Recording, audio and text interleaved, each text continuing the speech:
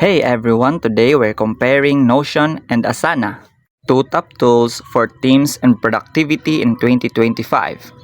First up, Notion. According to its website, Notion is one workspace. Zero busy work. It combines notes, documents, tasks, databases, and AI agents so your team can capture knowledge, find answers, and automate projects all in one place. Now, Asana. Asana says it's built for managing your team's work from request to launches to goals. You can capture, prioritize and assign work, visualize resource planning, connect everything with over 300 integrations, and let AI support your teams. So, how do they differ?